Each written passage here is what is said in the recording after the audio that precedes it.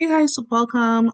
So we're gonna get back to where we left off last video. If you want to watch the previous video and this is your first video that you see, my video just happened to pop out and it's the first time you watch any of my videos, please feel free to watch the other videos, so you could be up to part in this study session.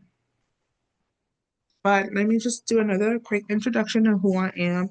My name is Magdalena. I'm recording myself studying. I um, love teaching other, uh, undergrad. I love teaching. And I love helping people understand complex information into a simpler way.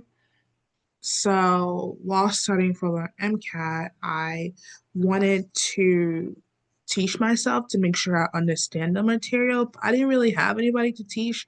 So I decided to just record myself, teaching myself to my imaginary friend, which are hopefully now you guys, my audience on YouTube. So I hope you guys find these videos helpful. I just, wanted to teach myself and I thought maybe I could help somebody.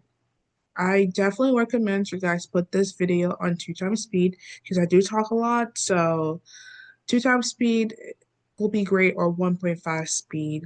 Hope you enjoyed the video. I do have an accent, so I may stumble on some words, but I hope you guys find these videos helpful.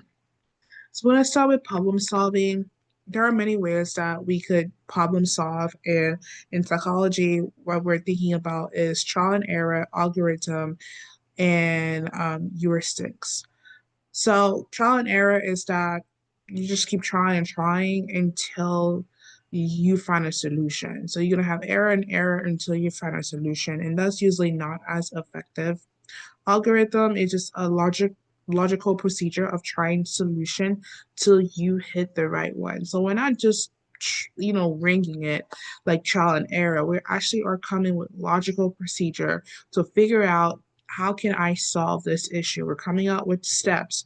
We're not just try it out. So that is what algorithm is. Heuristic is basically just a mental shortcut that we often have in our brain. There is mean end analysis where we analyze main problem and breaking down into smaller problems. Um, we have working backwards where we start with our goal and use it to connect back to our current problems. Intuition, it's in the name, just kind of like using your instinct. Uh, some people feel like, oh my God, deep down in my heart, I know the answer is A. So it's like them using their intuition without having actual reasoning on A is the answer because on the notes and our teacher told us that, hey, like this is the best treatment for this disease.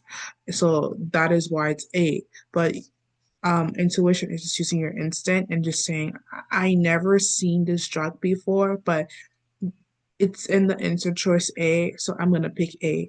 So just using your instinct to find a solution. Fixation is getting stuck on the wrong approach. Like you have no way of thinking of new ways. Like you believe the same way you've been doing it is how it is. So you're just stuck on the wrong approach. So what happened might be an insight. So you're gonna have your haha moment. Imagine you're at a conference and the speaker is teaching something insightful and you now have a haha moment like, oh my God, I need to solve an issue. I finally figure out what I need to do with my life through this conference. It's your aha moment. Or it can let problem incubate, so increase more of the problem over time. You have type 1 error, which is false positive, and type 2 error, which is false negative. Decision making, oftentimes we can use shortcut to make decision making. Things like availability method is using examples that just come to your mind based on things that is already in your mind, like represented, um, is basically looking at the most representative answer.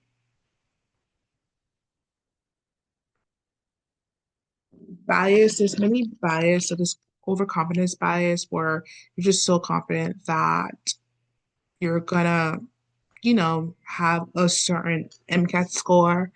Um, so you have overconfidence bias. You have belief bias where you just disconfirm facts. Like, so you believe that you didn't want to go out and vote because you know for sure, like you ignore, like doing election, you ignore facts about someone you like. So instead of voting, you ignore the facts about someone you like and you just end up voting for them anyway. So that's like belief preference. It's just like ignoring facts. Like instead of voting for someone else, you ignore the facts about, you know, the candidate that you like. Confirmation bias is just looking at facts to make sure like our bias is true. So only looking at newspapers of your favorite candidate. Um, or like only read stories about how wonderful candidate was. So same thing I just mentioned, just like only looking at great things about the candidate that you like. So framing effect is just basically how you present a decision. Next, we have semantic network. It's just a concept organized in mind in terms of connecting ideas. Um, so animals, bird, ostrich, just ways that we connect ideas. So there are different type of intelligence. We have analytic, which is academic, creative, which is writing, art, practical, those that are able to solve problems. There's also emotional intelligence because how would you react in a matter? Like how would you use your emotions? There are two different intelligence. You have fluid, crystallized. So fluid is the ability to reason quickly, and crystallized is to accommodate knowledge and verbal skills. So fluid, so crystallized is gonna increase within adulthood. So if they had a question like, hey, which based on this age group, which memories will decrease? And we could definitely say it's fluid, which will increase, we could say it's crystallized. So crystallized is basically like getting knowledge and verbal skills, while fluid is the ability to reason quickly.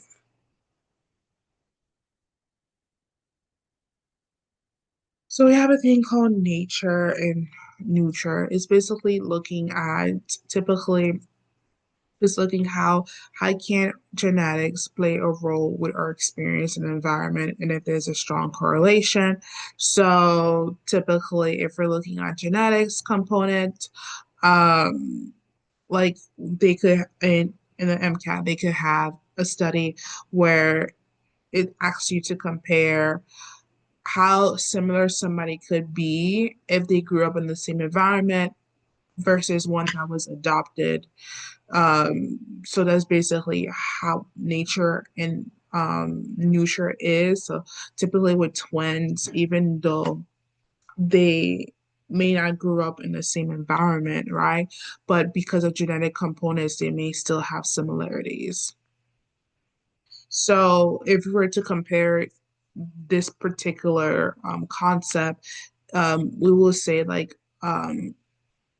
the twins have doesn't have um as much similarity with the adopted siblings, but they have strong similarities and genetics component with their twins, even though they didn't grow up together.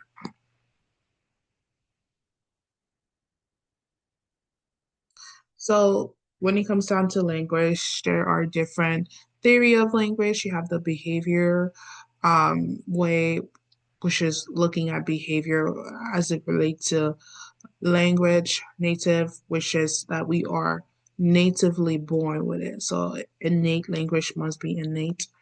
Materialistic is looking at what happens in the brain when people think, speak, and write.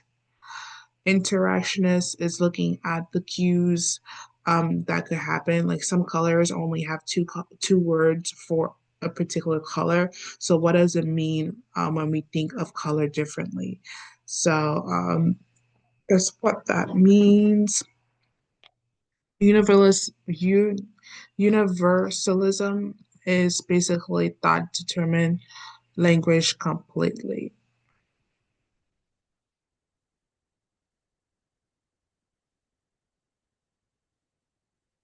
So when it comes down to learning theory, with for example Skinner, it looks how like language is a form of behavior and is learned through operating conditions. Interacts approach believes that biological, so interaction, right? First, we're going to have a biological component, and then our social factor help children. And then behavioralism just looks at behavior models. And we could go back and see that behavior expect that language is just a conditioned behavior.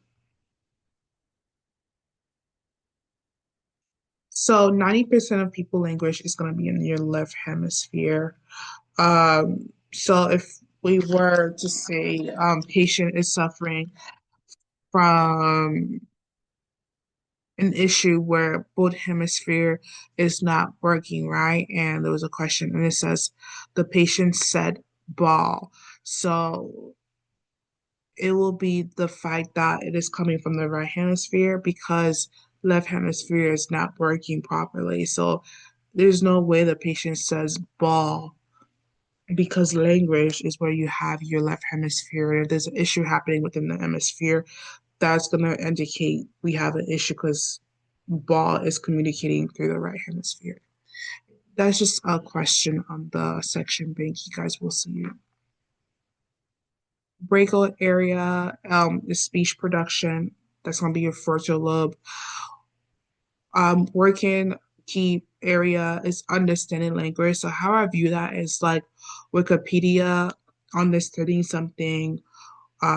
So yeah, Brackle is speech production. Wrong key is going to be understanding language. So I always think of Wikipedia to remember this, like, oh, I'm having issue with understanding language. So a patient comes into the hospital having a hard time understanding um, language, may have a lesion in the temporal lobe because I connected Wikipedia to rankle, then I'm gonna think, okay, possibly aphasia of the temporal lobe. So as mentioned, aphasia is words that don't make any sense. You're unable to understand it. Global aphasia is it's happening to both sets, so the brachial and the Wernicke areas. So these areas are connected by acute for fossilis. I'm saying it wrong. So if something were to happen in there, that means the hemisphere is not working properly. Um, agraphia is inability to write. Anomia is inability to name things.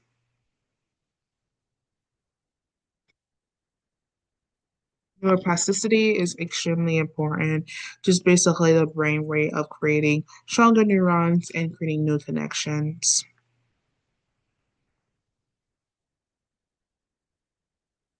As mentioned, left side is what you need for language. So if something were to happen and left side is the issue, so language will be impacted. Right side action, intention, perception is typically the right side of the brain, and they're always working together.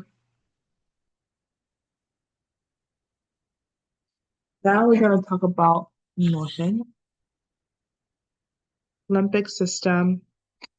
So just responsible for storage, retrieval of memories, especially those that are like tied to strong emotions. So hypothalamus, amygdala, thalamus, hippocampus. So a great way to remember this is HATH, or you could just do HHAT, like hot. So for me, it's HHAT, hot. So hat with an extra H. HHAT, hat with an extra H. Or you can do Apple is wearing a hat. So thalamus is going to be your sensory relay station. Everything you think about hearing and taste. Amygdala, anger. Anything with anger, um, violence, fear, anxiety. It's always going to be your amygdala. Always. Sometimes we could have issues with the amygdala destruction, and that's going to be your Cliver um, Burke syndrome. Hippocampus is always memory. Hypothalamus, I think of it, the one that regulates your ANS, your fight or flight. Basically, if you're in danger, that's going to be your fight or flight is going to take in your rest and digest. That's usually when you're resting. There's nothing that's a bear that's coming around you to get you. You're resting and you're digesting.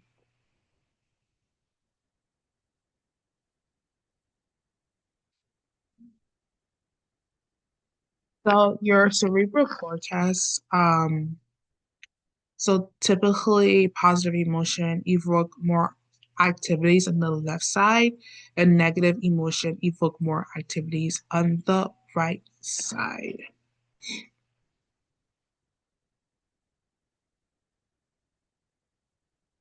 Prefrontal cortex is always responsible for higher level of function. So every time you think about, I need to do problems, I need to solve something, I need to use my executive brain, it's always going to be prefrontal cortex. So ANS, you're going to have your sympathetic, which is your fight or flight, your parasympathetic, rest and just digest. So sympathetic, always think about, hey, there's a big bear coming to get me. That's going to be my sympathetic. Or parasympathetic, I'm resting, I'm relaxing. I have increased digestion. That's rest and digest. So there are components. This is actually very important. It could be like, oh, why were the main thing scientists were looking for in patient in this study? So the three components of emotion and universal emotion is also important. So we do have, different emotions. We have happiness, sadness, fear, anger, surprise.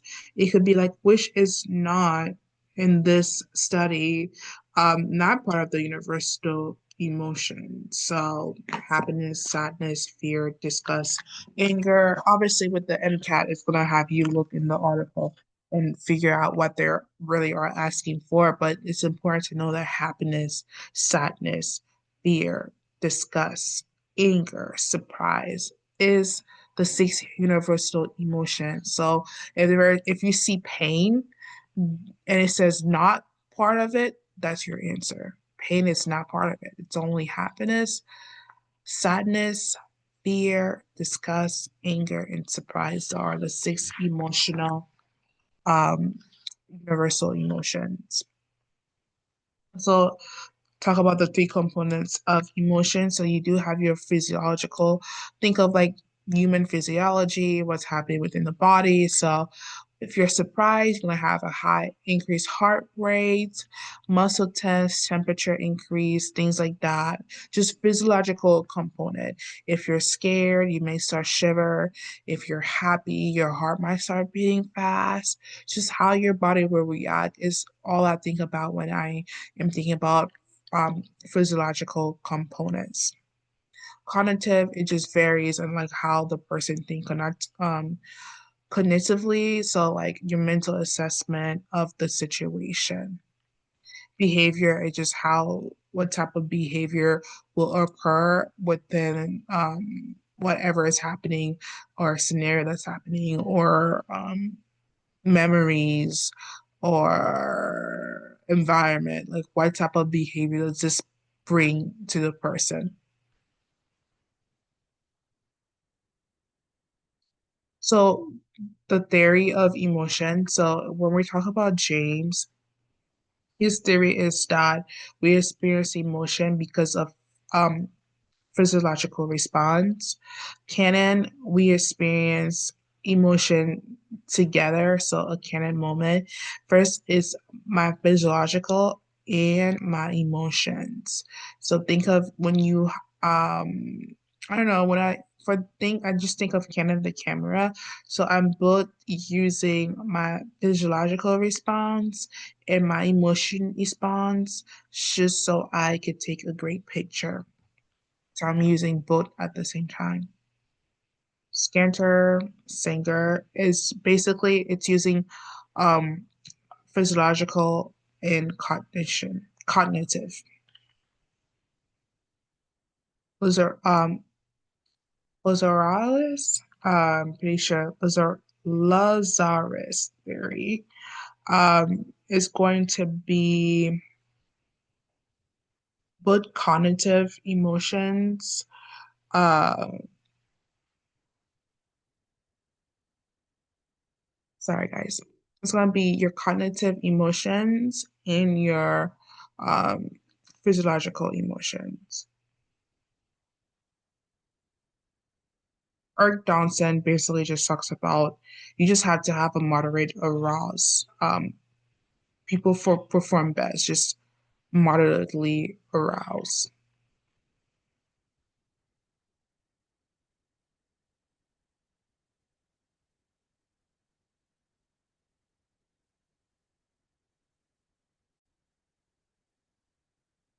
We are now back with stress. I have to take a quick break.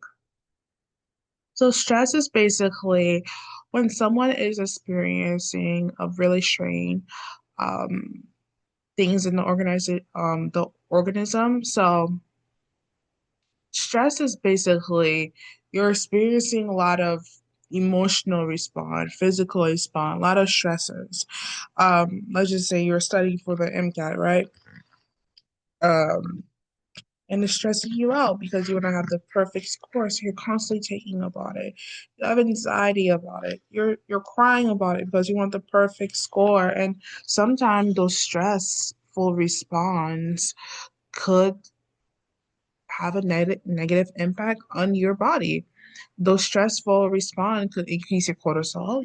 Now you're getting weight. Your sugar is all over the place. You're eating all the chocolate in the world because you want to feel better. And that is what stress is. So stressor is the source of stress. So like the MCAT could be a stressor. And stress reaction is how your body reacted. So you're studying for the MCAT, you're low score, you have a low score, so you are panicking, you're crying, so that is your reaction. We have make sure we're recording. Yes, we're recording. So we have our primary appraisal that's basically evaluating for presence of a potential threat. So sometimes it could be very stressful, which is negative. It could be benign. I think of it like a benign tumor. Like it's there, but it's not like cancerous, but it's positive. Sometimes you do have positive stress that allows you to dream higher, and it could literally just doesn't matter. irrelevant. Secondary appraisal is assessing capability to cope with the threat or deal with the stressor. So you have things like ways you could overcome this. What can I do to help this? Is that going to therapy? Is that speaking with friends? Is that going to the gym? Just looking at ways that we could deal with that stressor. There are four categories of stress. It could be significant life problem, catastrophic, daily hassle, and aberrant stresses. Typically, when we do have stress, your fight or flight system will take in sympathetic nervous system, increased heart rate, increased cortisol, turn off digestion because we are in stress. We're in fight or flight. We're not going to have rest and digest. Your endocrine system, we're going to have things like epinephrine, depending on what type of stress it is, but it's going to be epinephrine, norepinephrine, but cortisol is the main thing we have to pay attention to. When you're stressed, high level cortisol, there is a disease called the Cushing disease. That patient that have increased level of cortisol, they can't control it. Unfortunately, they suffer from Cushing disease. So oxytocin, is a way that we are bonding. It's a hormone that's released when you're bonding. So like your love hormones, like I call it a love hormones. So just typically released when we have strong bonding. So sometimes when you're stressed, having a good support system, family support, friend system, really allows you to cope with the stressor. General adaptation syndrome just talks about there are three phases of stress. So the first one is your alarm, your second one is your resistant, your third one is your exhaustion. So one, your alarm means you got a stress coming in, your heart is racing. Resistant means like you're in it, like you're in cortisol, like you're fleeing, you're dealing with it, and exhaustion, you're just tired. If resistance isn't followed by recovery, then your body takes in and you end up getting illness, having high level of stress, such as increased weight, sugar issues. That is exhaustion. There are physical things that happen, like it does damage your heart. Heart could be beating fast, increased blood pressure, um, lead to hypertension, which is not good. And you know, increase hypertension, increase sugar, increase fat, could have possibly obesity. It's just a lot that goes in with stress that is just not good for the body. As mentioned, we talked about diabetes could happen because you have increased sugar coming in with cortisol. Reproductive plays a huge role and sometimes it does get shut down. I remember in undergrad, I was in so much stress. I spent a long time without getting my menstrual cycle because I was in under so much stress.